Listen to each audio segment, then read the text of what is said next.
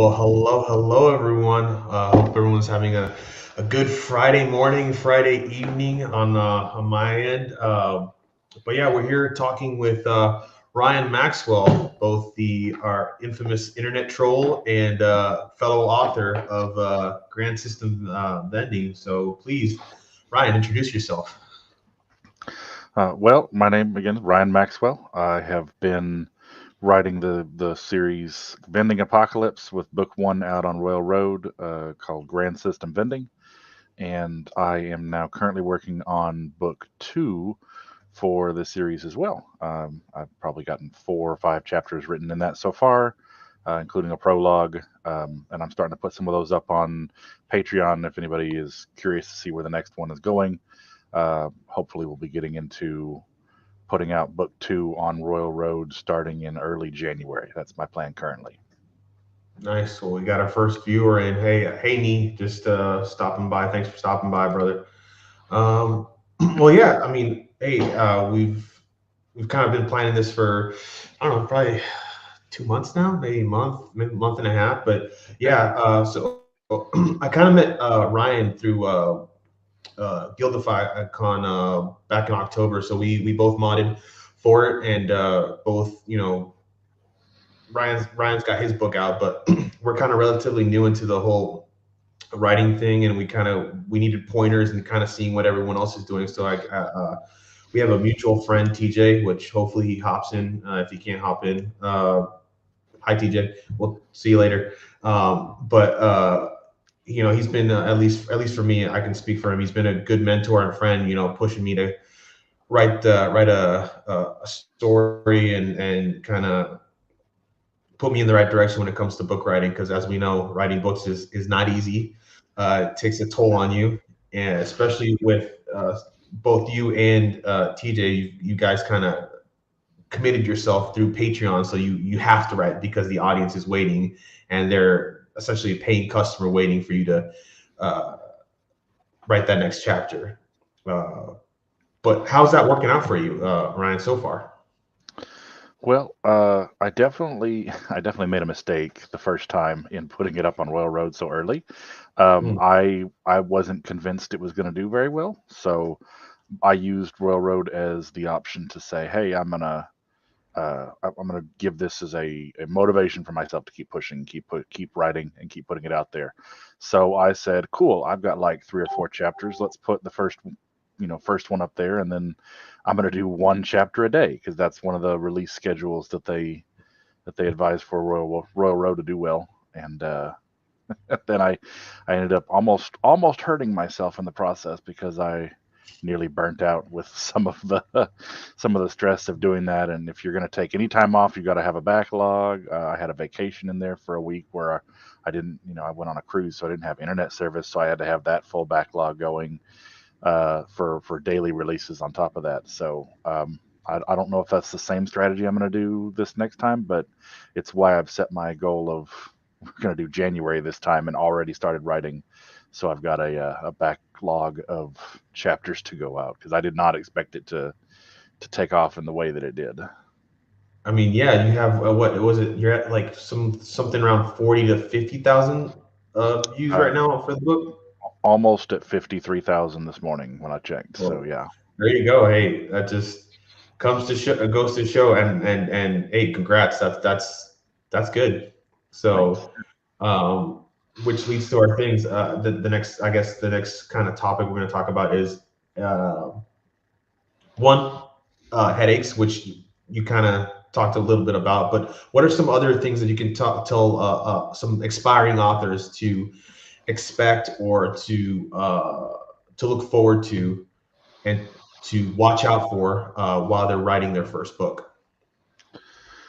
For me, some of the biggest things are don't as I got bogged down in the pressure of doing it. So a lot of times you find yourself in a position where you're like, I've got to get content. I've got to have something go out. And forced content is for, at least for me, has always been crap content. So I need to sometimes there was just times where I needed to step away and go do something else for a while, read a book, watch a show, spend time with my kids, whatever the case was, and not do that so that it didn't come out too forced. Um, and then, when we all get writer's block from time to time, where we're like, I just don't know what's going to happen next, and I want this to be right. So uh, again, just not forcing it, but at the same time, making sure that you're forcing yourself to do some writing. It's okay to write something that's crap and then go back and rewrite it or scrap it and redo it, because once you've gotten past that block, something else better is going to come up from behind it, and you can usually either change what you have to be good or redo it and make it better. I totally agree with that. I've had some recently. I've actually had a spark, and I've been jumping back into it, into constantly writing. But I would agree with that. Just it doesn't matter if you and I keep saying this, but it's just it's not. I want to foot stomp this for beginning authors. It's not a race; it's a marathon. So whether you write 200 words a day or 2,000 words a day, just write something, because before you know it, 1,000 words turns into 20,000 words. That turns into 50, and it keeps going. Oh, I didn't see you guys. I'm sorry. So Rachel said hi on my, I think on my personal page, and so did Aoife. So hey guys, how you doing? Thanks for joining in.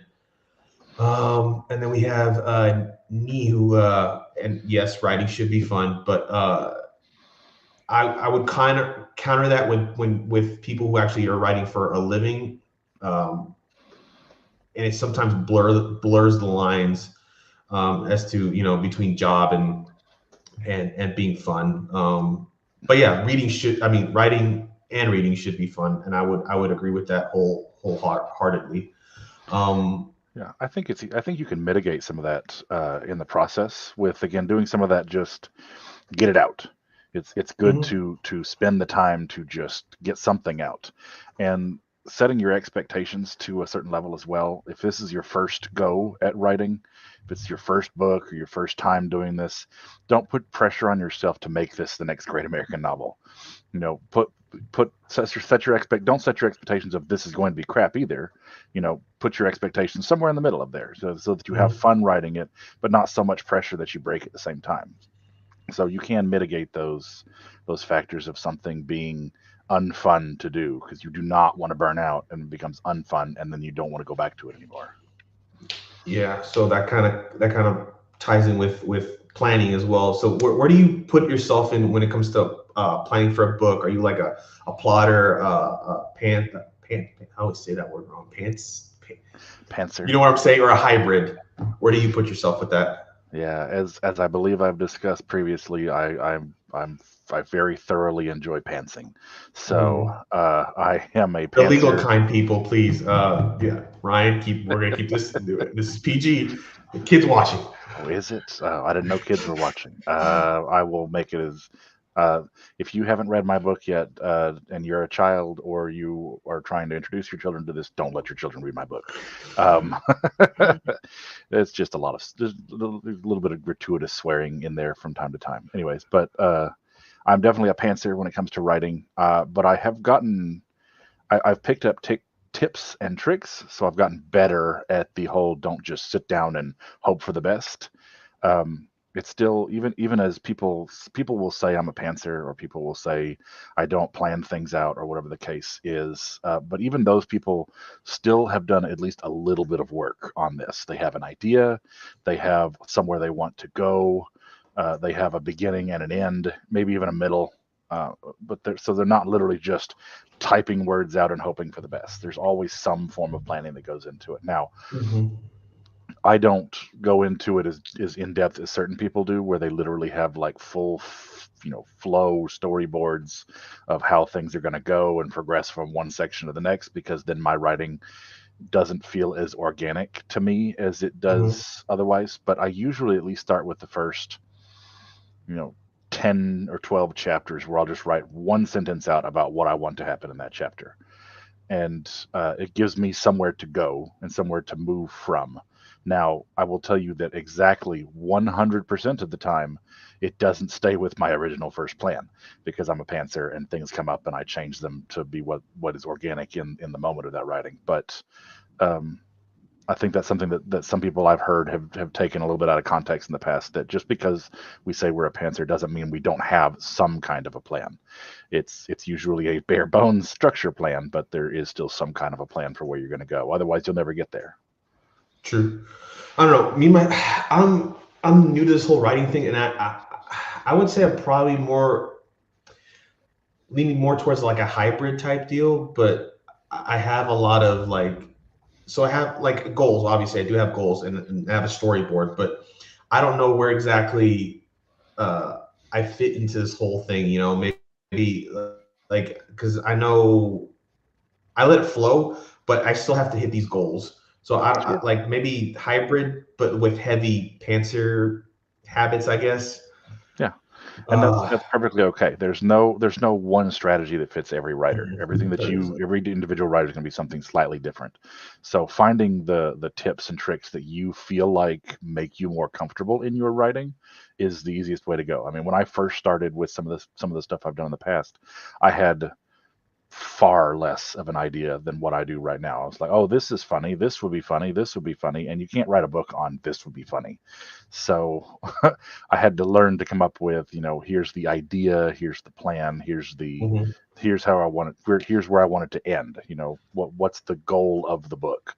If you don't have a goal of a book, it's just a bunch of random words thrown into, place to hopefully capture somebody's attention. So just keep playing with the ideas that you're coming up with is what I would say for anybody who's writing, Mhm. especially if you're new to this, is keep playing with what you feel like makes you more confident in your writing, and then write those down. That's a big deal. If you don't write something down as a pantser, you will forget it. Let's see. I have a question here from me. Have you decided how many books you expect for the series yet? Not 100%. I know there will be a minimum of three, and it's looking like probably closer to six. But at the very minimum, there will be three, and I think I would like to stretch it to six to see how that goes. But we'll also see. There's a lot that goes into how long a book is going to be. Things like reception. How does the audience go with it as I go forward? The first one, sure, it was funny, and people loved the way it was going. But we'll see how the rest of the story goes. I think it'll be better because I feel more confident with the story and story two while still being a fun, doesn't take things too seriously kind of blast that the first book was. There's more of a depth to the plot than there was in the original one, where I was kind of just trying to toss things out there and see where they went for the first book, not knowing how it was even going to be received with the idea.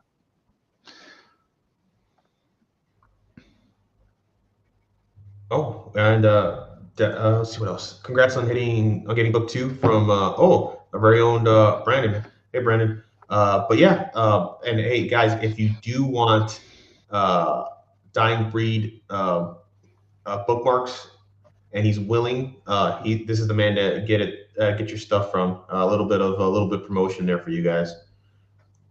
But yeah, I mean, totally and wholeheartedly agree. I remember you kind of not necessarily self doubts, but you didn't know how big it was going to come out, and then I mean, just look at where you're at now. So that's just something for people to see and realize. Hey, like as long as you put out a product and it's people will read it and they will tell, especially on Royal Road, they will give you honesty, a little bit too honest sometimes, feedback. So I think that's both a blessing and a curse. And now you know more or less where you can take this from, and you can see who's behind it. For sure, it's definitely something that you have to be prepared for going into it. Um, I mean, the feedback that I've gotten has been like overwhelmingly positive from people, but you are still going to have negative feedback. You're still going to have people who say things that don't even make sense about what you've been writing, or just slap your work around for what it was worth, and it's just going to happen. So, Those are your no, internet trolls. So I mean, you gotta blur out that anyways, as yeah, you know. Definitely have to do that. I found that it's good to have somebody to talk to, Hmm. um, on the side. Make sure that you've got somebody that you can go to and be like, hey, so this person just left this comment and it's kind of hitting me hard, because it's going to, this is something that you put a lot of work into, something you put a lot of time and effort and energy into, and then somebody just goes, well, this was just a big pile of doo doo. So, um, and what do you do?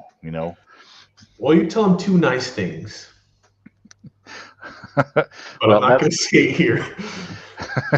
since we said this was PG, I'm trying to keep Yeah. everything PG. But the big deal though is that when you do get those comments, Okay, man. you can't just fly off the handle at somebody. Hmm. Then you look like a monster, and that's going to ruin your reputation too. So, bearing in mind that everybody's entitled to their opinion, and that's all you have to. That's what you have to keep in the back of your mind, is that not everybody's going to like everything. Not everybody's going to like what you did. You can't please everybody. So focus more on the positives of the things that you're getting back rather than the negatives that come through. Absolutely, absolutely. Um, I think. Well, I mean, there could be possibly more, but like I said, I use. I go to TJ when I have questions or concerns about where this book's going, and actually it's due for a review soon. So I'm waiting to see that big red pen, just him cutting through it, saying this is not bad, this is good, this so we'll see. I think by the end of the month, I'll give it to TJ because I'm trying to hit the goal of 15,000 Yeah, words for this month, uh, and from there that'll put me in I think a good position to continue. But yeah, I need to get into it. Let's see. yeah, Does definitely. anyone? I know that Okay. feeling too, by the way, because TJ and I actually worked on a side project for a little while. So I got the red pen quite a few times. And just, I mean, just being honest though, just doing that with him in that same manner and doing those reviews like that Mhm. was a big step forward for me from the last book that I was trying to, literally shove through a hole to be good, and moving on to this one and starting over. So definitely take advantage of that time and learn from it, because I really attribute the time that I spent co-writing with on a little project that didn't even take off, didn't even go anywhere yet. We'd like to go back to it eventually, I think, but it hasn't gone anywhere yet. But I attribute a lot of that time that I spent with TJ on that project to where this went with this book that I have now, that's doing so much better than I could have expected. Right. Right. No, I mean, yeah. I mean, again, you don't know what you don't know until you try, and I think that's a big portion of how people should kind of have their mindset when it comes to expectations and just knowing what they're getting themselves into. Because again, I mean, we can beat a dead horse, but you know, when it comes to writing, people don't, you have to get into marketing. You have to, uh, you know, start exploring, finances. And then from there, somehow not necessarily become an English expert, but you need to be able to communicate and write decently well for people to understand what you're saying. So I would never, if you would tell high school me, hey, you're intending to write a book, he would laugh at you. I would laugh at myself because God, did I hate English class? Let me tell you. Literature, I didn't hate so much because I loved reading. It's always something that I liked. But God, did I hate English class? So if my English teachers ever see this and this ever takes off, then they're like, "I told you so." Hey, I mean, you never know. I mean, I started doing some writing back in high school, but I know that it was terrible. It was awful. I've gone back to read a little bit of it, and I was like, I don't even know what I was thinking when I was doing this. So, but again, that's taking that first step. Hmm. You're never going to Hmm. get better unless you keep going with it. And I just love beating dead horses. So we may circle back around to this at some other point. Nice, nice, nice. So what would you recommend for someone who's coming? Like, what would you say to focus their time and resources into for anyone who wants to write a book or start writing a book? Uh, reading is key for writing a book. I don't care what anybody else says about that. If you haven't read if you're not very well read, especially in the genre that you're looking to be in, you're just setting yourself up for failure. So, because you need to know the tropes, you need to know what the audience is looking for, you need to know what's becoming popular, what's not, you need to know what people are hating on and loving on. So it's your step one is to get in there and read something. Pick up a book, pick up an audio book, whatever the case is. I fully support that reading or that audiobooks are still reading. So there's nothing wrong with listening to a book versus reading physically. I do way more listening on audiobooks than I do on reading. So get in there and learn those things, and then also take some time to study the craft of writing. I've read a few books now just solely on how to write, to learn some of those things, because like you said, you don't know what you don't know. So get in there and learn some of those things as well. And then find yourself a community is also a big deal. If you try to do this all by yourself, you might be able to do it, but I think it's way harder to do this by yourself than it is to be a part of a community that's going to support you along the way. Yeah, I will say I didn't think it was going to be very receptive, but after doing Guildify, people that the same names keep popping up, and I'm not going to throw out names or anything, but you'd be surprised, some of these people, they're really big in said genre, and you would think they're just another person. So some of these people have big shoes, and I didn't realize that till afterwards. Yeah, well, you know what they say about big shoes, right? I mean, Yep, sorry, big socks, PG, big right? socks, big socks, or big. Is it big? No, big socks. But yeah, it's funny. It's almost become a second home, realistically, when you meet these people, because these are people from all over the world, but yet we meet up. We'll meet up for cons, and I plan to meet a lot of you guys at cons, and it's gonna feel like we've been friends for years. I mean, honestly, with you, PJ, I actually have known for years, for over a decade now, but with you, Michael, Shammy, who Shammy's gonna be here next week, guys. So stay tuned for that. Cool. Next week, yep. I'll interview her on Saturday. Both Rachel and Aoife, it's just like we've been friends for years, and it's crazy how someone that I met a couple months ago, but because of our passion for reading and for just writing, how that's just turned into and how it's developed in a short amount of time. So I'm really both blessed and grateful for each and one of the interactions I've had with all of them, and I'm sure you have as well. I definitely have been. We have to. I do want to say though that this is very unique.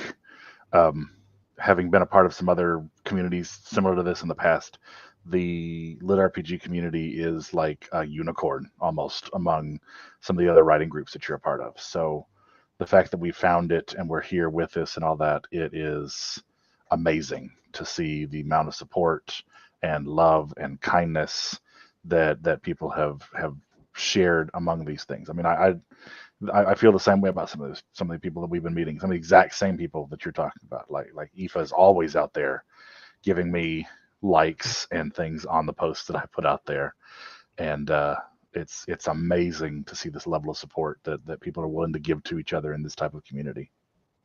Yeah, because I mean, I'm the gaming community. If anyone knows the gaming community, can be toxic as heck. So it's very refreshing to have this, and to hey, they give you honest feedback. It's not mean. It's meant with hey, this is actually a way for you to improve, and it's all about tone. One, it's about tone, and two, it's the intention. They're generally trying to help you. If it sucks, it sucks. But if it's not from a place of malice, it's a place to help you build as a writer. And again, I have nothing but good things. Oh, and speaking of lit RPG, I'm sorry, we haven't really talked about your book. We're getting into the whole writers thing, but kind of speaking of lit RPG, I mean, squirrels. Speaking of lit RPG, kind of talk about your book a little bit here, like what genre it is, one, and then two, kind of to lure the audience a little bit, like what's your book about? Okay. The book is lit RPG genre, but the subgenre is post-apocalyptic. So it takes place here on Earth.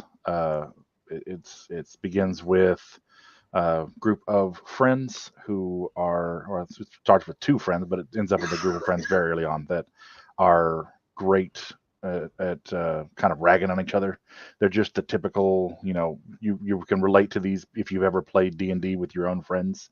It's that kind of group of friends that are together in this from the beginning. Something happens in the beginning. I guess it's not really much of a spoiler to say because it's not a huge deal, but the planet Earth is inducted into the Intergalactic Federation of Planets, or the IFP, and it's their turn to get inducted into the group because they're going through and bringing in the planets in whatever sectors that we'll find out.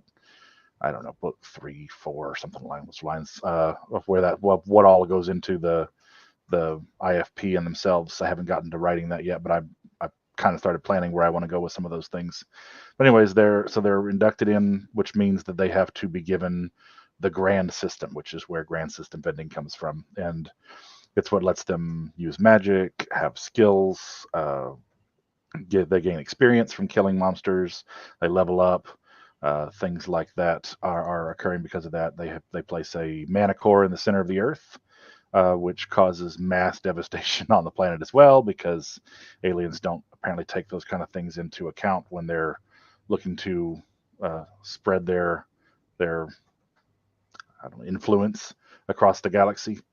And so the team is then brought into a situation where they're having to learn how to live in this new system, because with mana now being prevalent in literally just the air around them, monsters start appearing randomly, so on and so forth in on Earth itself. So everything has Mhm. changed in life then. And the aliens noticed that humans had a fondness for vending machines. So vending machines have now become the miniature unmanned storefronts for the system's items. It gives them the ability to buy equipment, buy pretty much anything they can think of. I mean, it's something that comes into play later on in the book, so I don't want to give too many spoilers on how that operates, but it lets them basically buy their way into a greater chance for survivability. Okay. And the the adventure ensues from there, where there's a monster that has corrupted the mainframe of the vending machines, and the team has to go and try to take care of that while dealing with post-apocalyptic life on a daily basis along the way, which is I tried to throw as many of the I tried to throw as many of the classic tropes in there as I could for this one to get some of those out of the way and kind of make fun of a few of them, but I think it's hilarious in the way that some of them get dealt with, and it happens in Texas too. So Texas gets made fun of a lot as well in that. Yeehaw. A lot of Now, Texas tropes. with this one, is it more? And you say it's lit RPG, but is it going into like dungeon? And you said post-apocalyptic, but does it involve like a little bit of the dungeon core, or is it more just cultivation? What exactly does it offer? No, it would be more of the standard. I guess you could think of it as kind of like an isekai, except that they don't leave the world. So they're The brought into world a comes place to where them. yeah, it's like the world basically comes to them. It's literally is being brought to them. So they're brought into the system Hmm. where they're now being basically they have video game like options on their daily lives and how that functions. So you kill a goblin, you get XP, you get enough XP, you level up, you get attribute points to distribute. When you distribute your attribute points, you get stronger, faster, quicker, whatever the case is. There's magic available now. You have to pick a class when you get to level 5. So you it is, I guess you could think of it as kind of an isekai, but post-apocalyptic in the sense that the world is essentially ending from the way that society had functioned beforehand. So I don't know. I don't. If you can make it a genre, make it a genre. But I would say reverse isekai. If that's not out there, make that a thing. That could be yours, Ryan. Yeah, a lot of these post-apocalyptic ones have that already in place, which is kind of why it just gets lumped into the post-apocalyptic. Gotcha. There's some kind of world-altering event that happens, and a system is put into place for this. I mean, Ryan DeBruin has been doing this for a while with his Ether Collapse, which is an amazing series, and I like to think of it as my inspiration for doing it this way rather than just a plain old isekai into another world kind of thing.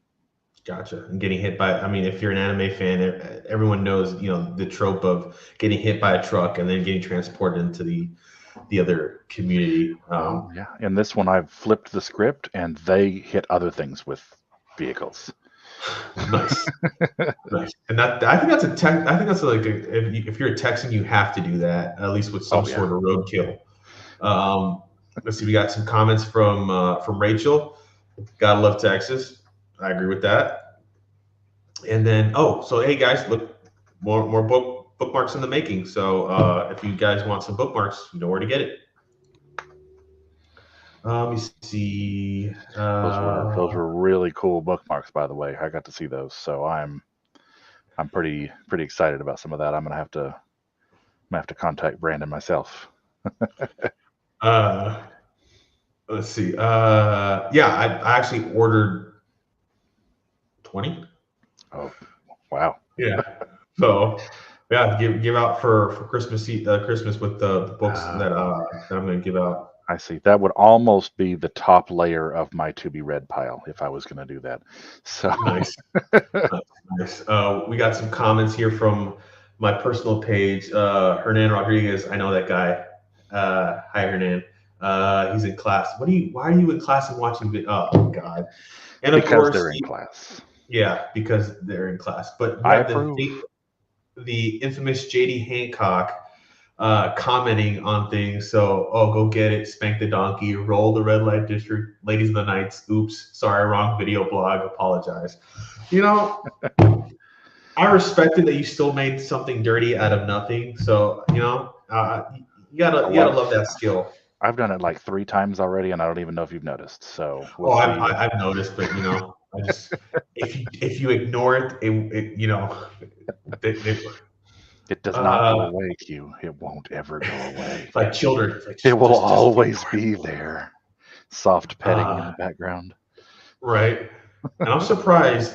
I'm going to say his name and he's going to pop up here soon, but Mike is not on yet. So let's just keep rolling and wait until that horror comes out of nowhere. Um, but yeah, I mean, again, JD, I met JD. Hey, JD, if you got time, I would love for you as well to be on the channel. We could have a chat about uh, Warhammer because I recently discovered that he has a big heart for Grimdark. So Yep. that's something that we'll definitely talk about. Yeah, I definitely have a very budding relationship with JD as well. He and I have been going back and forth on when the other one needs help with something else going on. So it's been really cool to get to talk with him back and forth as well. And then, I mean, JD's always busy too. I don't know how that man. Every time I look at his page, he's got some other project going. I don't know how he has the energy for that. And good on him for doing all that stuff. I can barely focus on one thing, let alone 6 different projects. But yeah, I mean, again, this community is awesome. Like I have nothing, and I have no negative things to say about the lit RPG community. I've been, I guess, adopted by it because I'm personally from the fantasy world. Anything that has to do Tolkien, R.A. Salvatore, that's my bread and butter. I love that type Yep. of D&D. But it's not really. So D&D from the fantasy aspect, not the lit RPG aspect. Yeah, you mean Dragonlance? Yeah. That's kind of like D&D from the fantasy side. No, that's where I came from. That was my bread and butter growing up as well. I found lit RPG probably 7 years ago now, 6 7 years ago, with the land starting out with Alaron, and it was recommended to me on accident. I didn't even mean to buy it. Like I thought it was a fantasy novel, and I bought it, and all of a sudden it was like, oh, this is lit RPG, and I was like, well, there goes a wasted credit, because I was in the middle of Especially from from the father of I mean, RPG. I didn't know he was the father of the RPG at the time. All I knew was it was just the next thing that the title appealed to me based on some other stuff I was listening to, and I was in the middle of another series. I don't remember the name of it now. The Fire Queen or something like that. That was a magic based series from kind of like an India focus around the stylization. But anyways, it came to this his thing came across there because of the fantasy other world thing. And as soon as I got through with it, I was like, I didn't know this was a thing, and I need more of it now. So my best friend, he's been a big well, one of my best friends, at least Alec Armstrong. He's the one who kind of introduced me a little bit to lit RPGs because we played. I don't know if you ever played Gloomhaven. Yep. So it's similar to D&D, and he introduced me to that. He loves playing like the Dragon Age Inquisition games. Yes.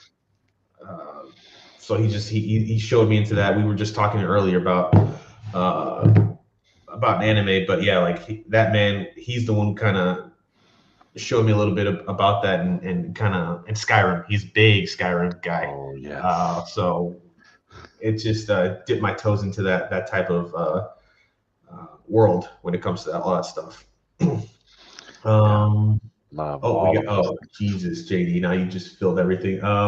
Just give me a heads up. You make me blush. Let me go get my yellow summer dress on. Oh, It's a we'll really pretty dress, JD. I I approve. Just okay, yeah. shave your chest first, just to be sure. Mm. Yeah. And all right, gotta go right. Have fun. All right, we'll talk to you later, JD. Have fun. Uh, actually, I didn't expect this many people to be on. We've had at least around 20-ish people come in. We might be beating the record of my first one with TJ. So let's see, Ryan. Let's see if we can beat it. I mean, this is what happens. I don't know, understand it. You just sometimes you do something and it becomes popular. Yeah, yeah. Everyone may have just wanted to come laugh at me, but I'm okay with that. That's what I'm here for. And we'll see. And again, it's suspiciously quiet here on the front with Michael not popping in. So Oh, knowing Michael, he probably forgot. yeah, I mean, I may or may not have messaged him while we were talking. It's like, hey, we're live. Oh, hey, So we'll see. But oh man, I got distracted. I'm sorry. We're having such a good time here. I But get it. going back to let's reel it back in with book related stuff for new authors essentially. What would you say, or how did you find your voice to be able to write the first book? Oh, failure, ironically, is how I found my voice to write this. And I know a lot of people don't talk about that when they talk about the writing journey that they're on. But I think I was kind of inspired by TJ and Ryan DeBruin talking about some of the stuff previously in one of his lives that he did. Failure is ironically how I found my voice for this series. I had been working on another book for I don't know 9 months, maybe over a year, that I had been writing a series that I had called Dragon Rider. I'm sure if you've watched TJ stuff, you've heard him at least refer to it in passing before. And I had a full book, 150,000 word book, and then I was a little over 100,000 words into book two before I had to give up on it because it was not going to be what I was looking for. It ended up being one of those times where I didn't take the advice that I had been given and have given other people of don't write to something you think is going to be popular, write something that you want to write and you want to read. Um, so I had submitted it to uh, Legion, and I'd had other people read it, and the answer that I was just getting back from everybody was, "It's just not quite right. It's the writing isn't up to snuff. What you're doing isn't is it needs to be fixed." Nobody flat out told me, "No, this is crap. Don't do it again." But um, in the back of your mind, you always wonder if that's just people being nice sometimes. Um, I will tell you though that in this community, it's not people just being nice. What people say in this community is what they mean. You need to fix this. You need to fix this. You need to fix this. It's not crap. But at the same time, for me, the turning point was saying, I'm not going to keep trying to fix this, and I'm going to start over. It gave me a fresh perspective, fresh starting point, a brand new idea that wasn't related to it at all. And that was my springboard to say, I'm going to do this in a way where I've put myself into the book. I think that was also a key that I didn't do on the first time around, was I didn't put myself into the writing that I was doing. I didn't let loose. I always had in the back of my mind, my mom's going to want to read this, my kids are going to want to read this, so and so is going to want to read this, and I need to write to those people, and it didn't work out. It just didn't.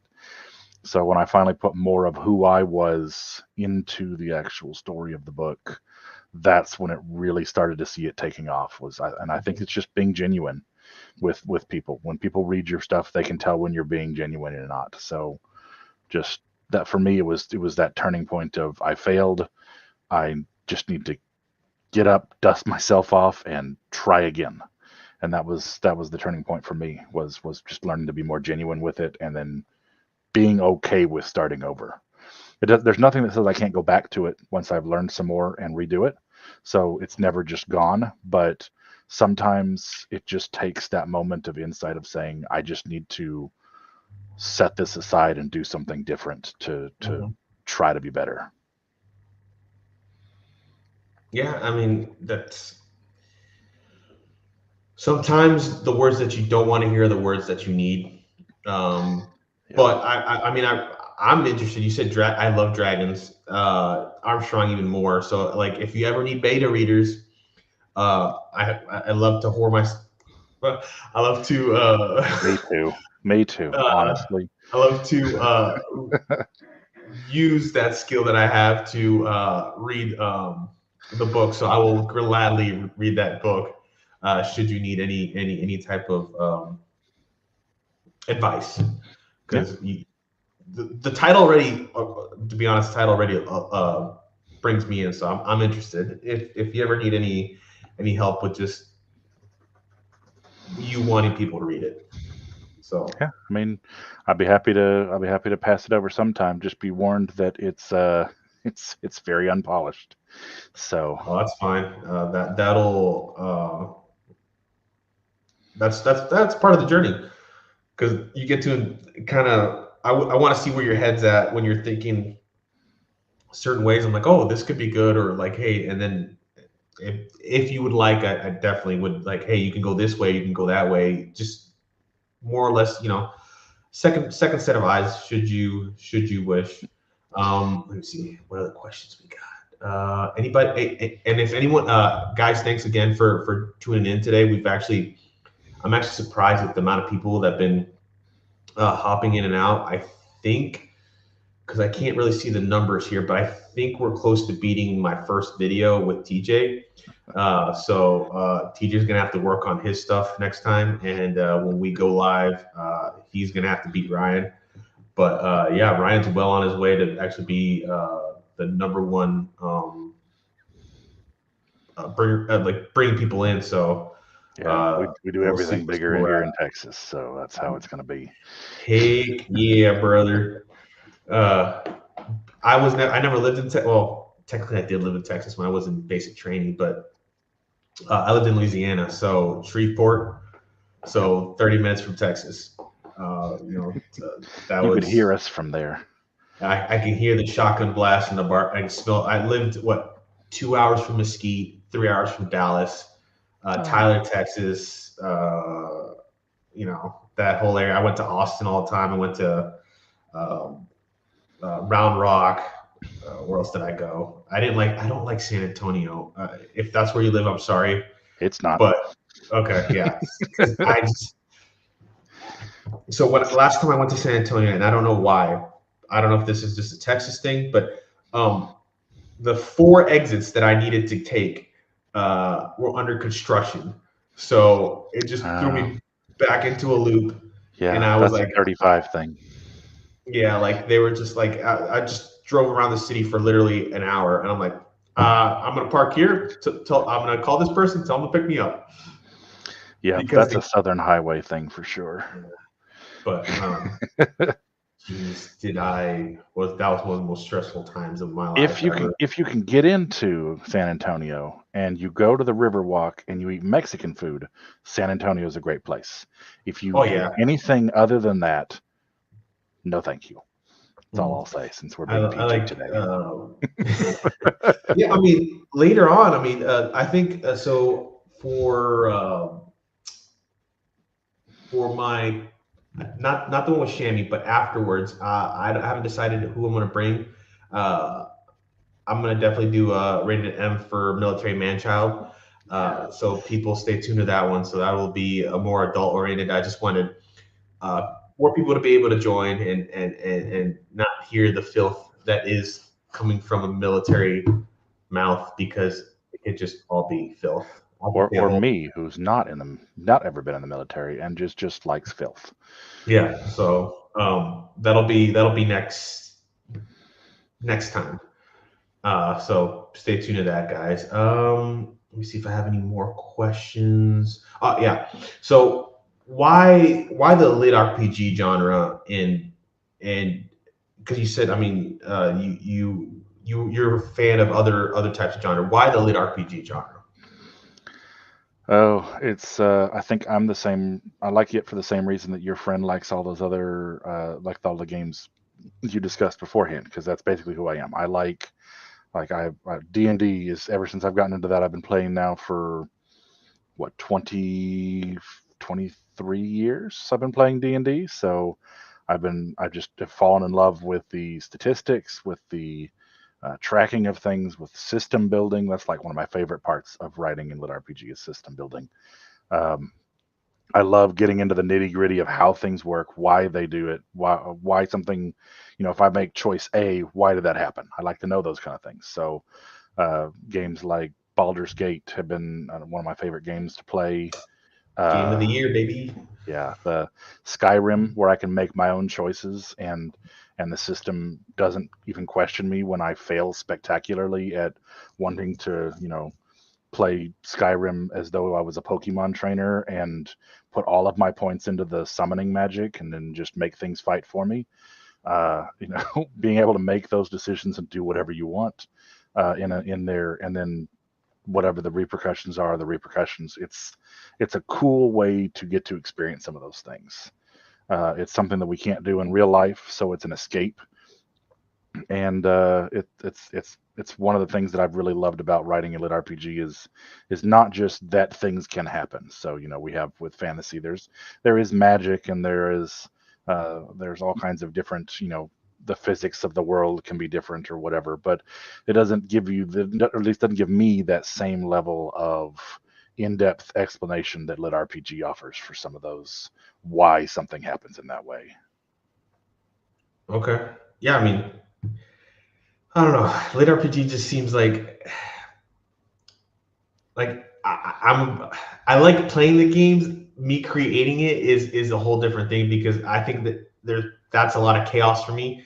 I don't know if my mind can efficiently like get to that level where like, hey, this happened because of this. I just want to write, hey, they did this. They went down a hill. They explored up the mountain.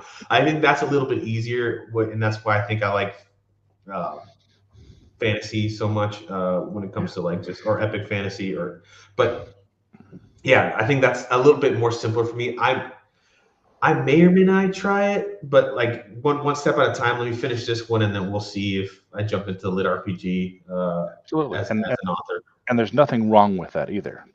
It's not. There's nothing that says that because you wrote fantasy, you need to write lit RPG. If play to what you enjoy doing, because if you try to force yourself into something that you didn't enjoy, then you're just going to hate doing it, and there's no point in Mhm. doing it that way. So never feel like anybody's ever pressuring you to do that. This is my joy. This is something that I find joy in doing. Getting to sit there at the beginning of a book, I've got a new idea, and I'm like, I get to make the system for this. I get to decide how this works. And, there's a little bit of that God complex in it, I'm sure. A therapist would probably tell me that I might have control issues or whatever the case is, but I'm okay with that. It's who I am. Yeah, and I'm okay with that too. Trust me. Uh, Let me see. Oh, hey Q, when do you think you might post some material at? You might post some material, or is it way too early in the process? I was hoping that no one ever asked this question. So my thing is, the reason why I haven't said on Royal Road is because I don't want to put something in there and then people get hooked onto it and then I don't want to be put in a position where, hey, like this is good, keep pumping stuff out. Unfortunately, with my job, um, like for last week, with after Mike's interview, I had to go to work. I was up till 4 o'clock in the morning, from 11 to 4 o'clock in the morning, uh, and the next I didn't touch or wrote anything for the next 2 days because I was tired as heck. So if you guys want, I could post, not post. I could put a little bit of chapter one, and please let me know in the comments, guys, if that's what you guys wish. I can give you chapter one of where I'm at so far, but that's it. Like it's a sneak peek. I'm not giving you guys any more than that. If you guys like it, let me know.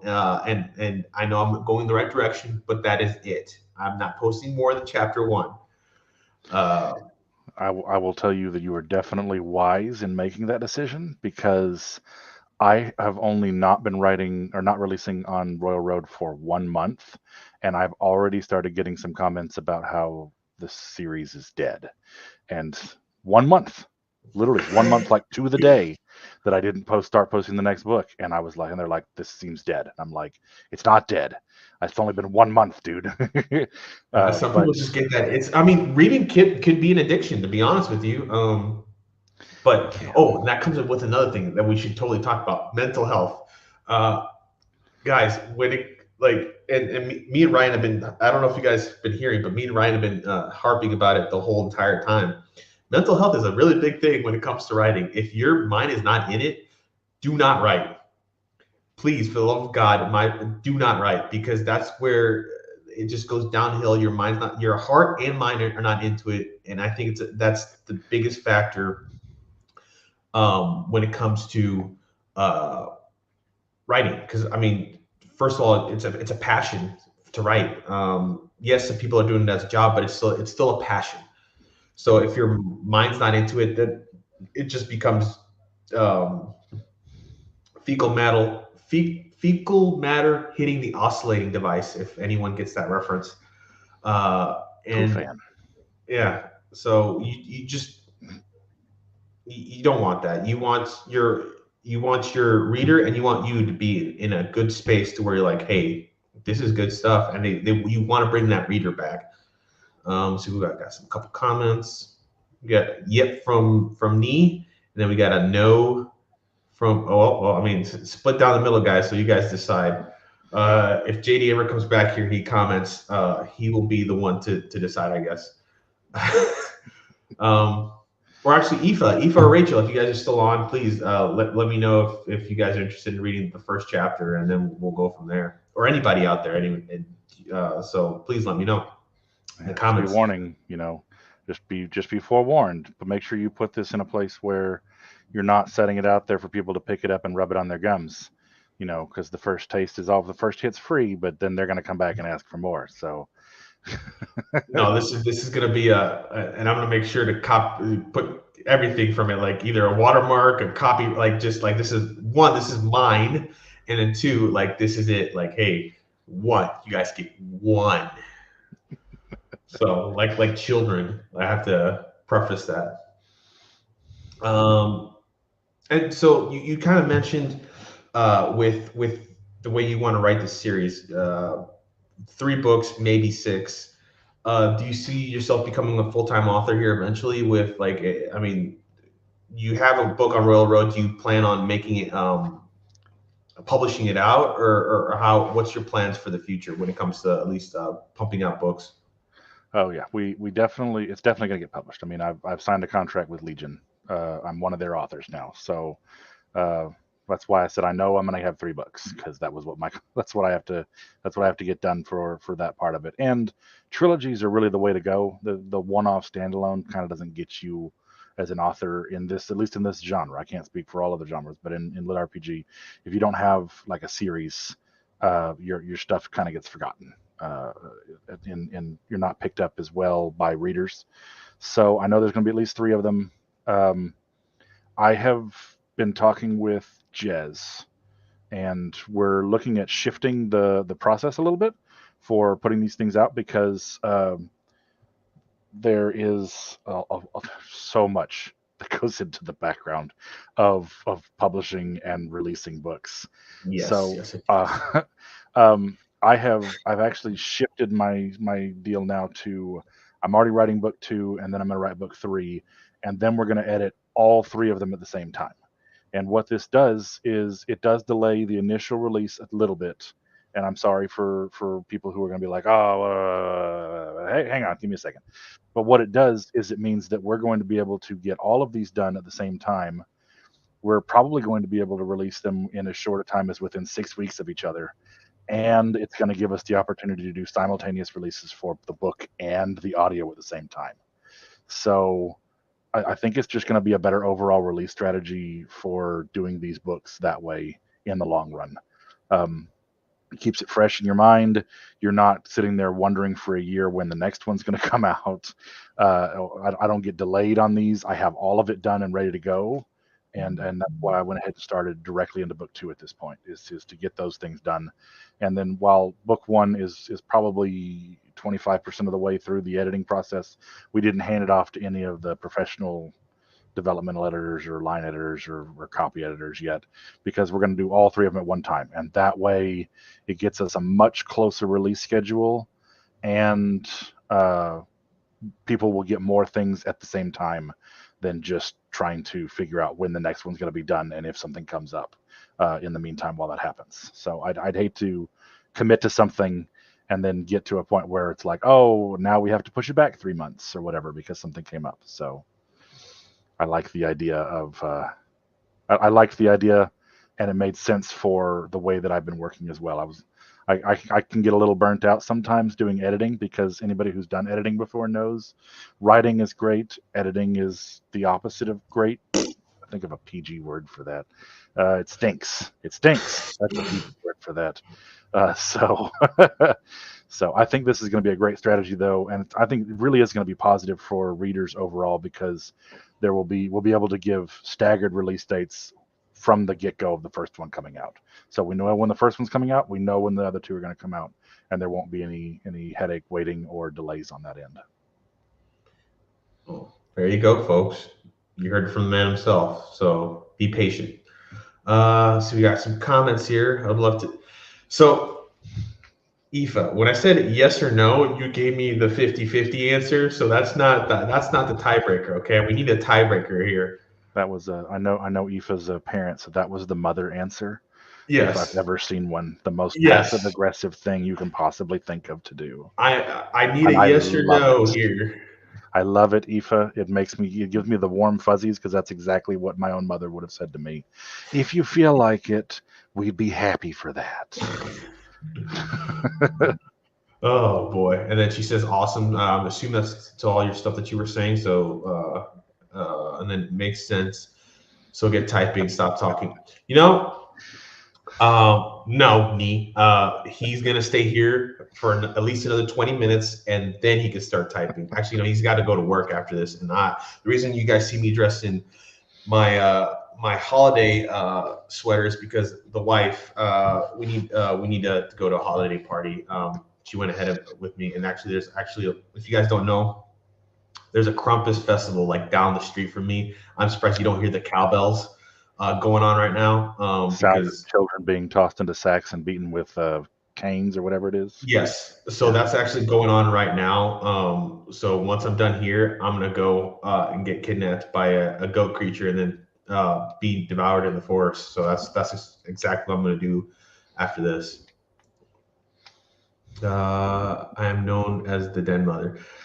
Well, we can see that, definitely, but we love you for it. So let's see. God, I am tired of hearing more cowbells. Brandon started this on my deal when I released something on my Patreon, and he was like, "It needs more cowbell." I was like, dude, you read the book, right? Like the first book, there was a chapter that had cowbell in it. I was like, come on, dude. I put somebody actually posted on Royal Road a GIF of Christopher Walken. Christopher Walken from We Need More Cowbell.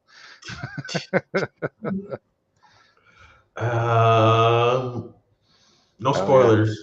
You liked that, did you? That was the first one. The prologue. I took a twist that's setting up for the main villain that's going to be in book 2. So yeah, again, the depth of this. While the main storyline is still going to be the guys and their cut ups and all that, the story can't just go full serious. I'm setting this up so that I'm not just doing the mustache twirling villain that's tied somebody to a railroad tracks. It should have a villain that people will literally love to hate. And we can't wait. We can't wait. Oh, here's one of them. Here's one of our peeps. TJ's on. He says, I'm busy at work and catch watch. You two badasses have fun. Love y'all. Love you too, TJ. Hopefully we can catch you. Sorry we had to do early, but both our schedules ticked over to PG-13 now, I think. Yeah. And it wasn't even me this time. Yeah. But good to see you, TJ, and hope you have fun at work today. It's Friday, so have a root beer at the end of the day on us. He doesn't drink. That's too bad. Yeah. So I mean, hey, but he likes food, so I mean, you got to switch one thing for the other. That's not true. I like food and I drink. It's okay to do both. YOLO, and then run on down the street. That's how it works. Nice. I know. I like. I like to drink, but I think out of both, I think I work out to eat. So, that's where I'm at with that. I think we've caught up in all the comments, and naturally throughout this we've answered the questions that I've had. So I think we're at a good pace right now. We got 2 more questions, and I think we'll be able to. Oh boy, speak of the devil. Oh, which one? There's a lot of them on my shoulders nowadays. The legendary Michael Head is on. So he's like, oh no, it's you. So I don't know if he's talking about you or me, but I'm pretty sure he's talking about you. Could be him. I don't know. I mean, but hi, Mike. Good to see you. With a smiling, we're both smiling. Oh, he's asking who let you out of your cave.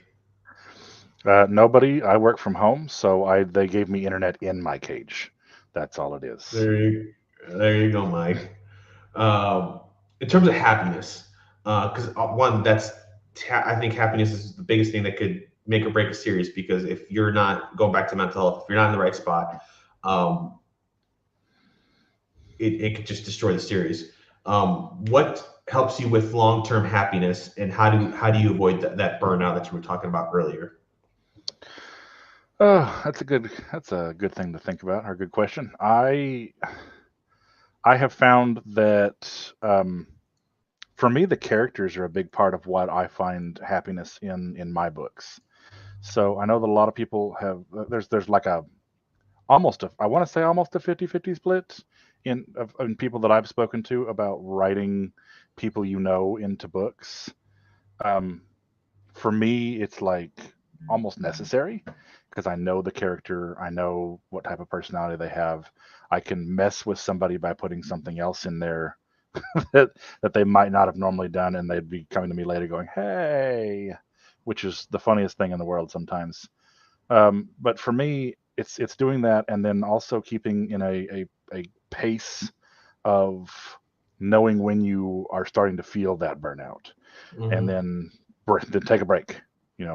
Go do something else. Sometimes I'll go work on a separate project. I've got 4 or 5 different things that I can rummage through and pick up and write a little bit in at any given time to get myself back into the mood of writing when it comes to the story that I'm currently on. Or just sometimes I just say, I need to stop and then come back to it tomorrow. And there's nothing wrong with doing that. There's nothing wrong with giving yourself a break and moving over to the next, go watch a TV show. Go go see a movie, go read a book, whatever the case is. There's nothing wrong with giving yourself that break. I know a lot of people tend to crack their own, crack the whip them on themselves a lot, but it's okay to take a break from time to time. So Michael says a couple things. His happiness is because of his beard. Don't let him lie to you. So Definitely helps. I would advise against, as Michael, I believe, did before, don't drink and write. Or if you do, drink lightly and write, because you'll be erasing most of what you did. And never post and drink. So never write. Or drink and drive. Let's just put that out there for everyone. Don't drink and drive. But the good news is that this is hard to do while you're driving, so it's typically an at-home activity. I hope. Michael, I'm sure there's a story in there, Michael. I'm sure, one time he was in the desert, he got, he almost died, got blown up, and he was writing his book. Which time? There was like 70 of those. All of them. All of them in the last 5 years, too, I think. Man, if there's anyone who's ever been in a, Lucky Lightning, that's his thing. So there's a reason why his company's name like that. So yes, more than once, I think. Maybe. I don't know. They say lightning never strikes. Sure. The working theory is that Michael invents is cannot die or is undead. One or the other. It's the working theory right now. Walking zombie would be the also don't take prescription medicine and right. True. Yeah. Or mix that with alcohol, because that's also does its own thing as well. Yeah. Just take out the writing part and all good. Go watch a movie or something at home, in bed, not driving. We're gonna keep saying that. Yes, gonna keep saying that, because this is right now we're PG again. Not the next one, because the next one's gonna be with Shammy guys, but the one after, I might invite a couple authors in, and we'll do like a group thing and just do a military man-child type deal. We'll be adults in this. So yeah. And then the last question was, how do you? So we might have hit a little bit on this, but just to bring in that question, how do you find your voice, and how do you keep it when writing a book? That's for me in particular. I can't speak for everybody else, but for me, it took a lot of experimentation to figure that out. Trial and error on different ways of writing to know whether what I was doing was honest and true to myself as a person. So I just kind of started letting loose in how would I talk, how would I say this, how would I do this, what would I do in this situation, and then craft it from there to whatever is going to be what your audience leans towards. So like I said, I had that first book that there were probably 6 different people that read that, and they all gave me different ideas. And the problem is that when I let 6 different people read it, I got 6 different opinions back. So because everybody has their own voice, so you've got to just experiment with what works for you and what shows your voice in that. And that's why I want to foot stomp with people. That's why everyone gets one chapter, and that'll be the first one, and that's it, guys. Just one chapter. Mike's the secret of not dying is to rub dirt into all the wounds until the bleeding stops. That's what packing gauze is for. It's see, I still think that all you're doing, Mike, is making your wounds, your indestructible body, dirty. I mean, the secret is being indestructible. That's true. If I rub dirt into too many of my wounds, I will end up in the hospital with a staph infection because I'm not indestructible. Well, there's I don't know what it is with the military, but like after you get, so BMT, you get pumped with every vaccine known to man.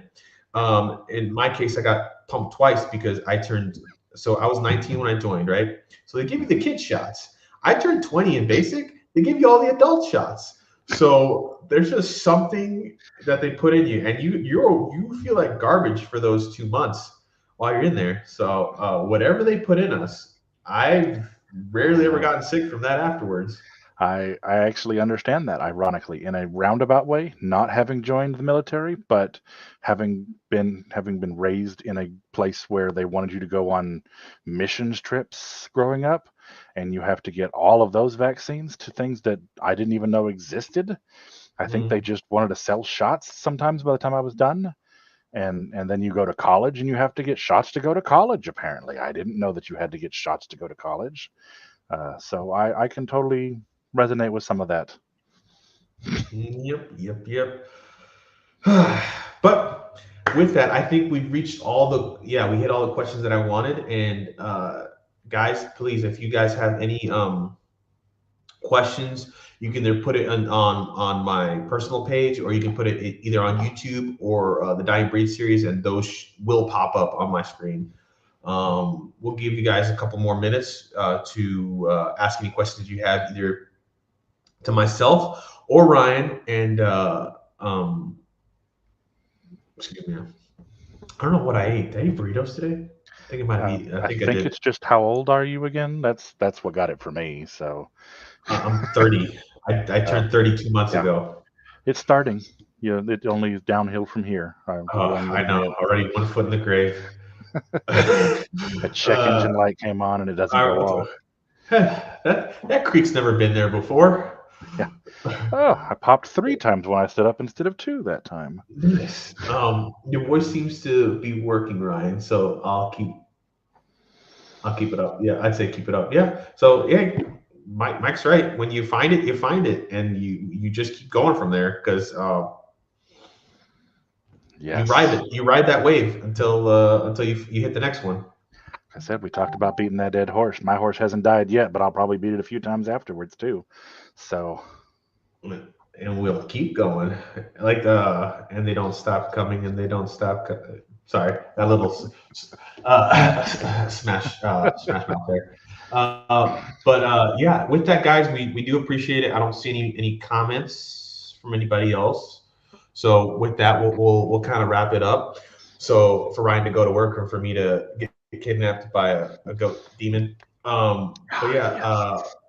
from there, we'll do Ryan's infamous. Oh, that's his timer. We'll do Ryan's infamous goodbye wave, and we'll see you on the next one, guys. All right, Ryan, if you don't mind starting us off. Bye, y'all.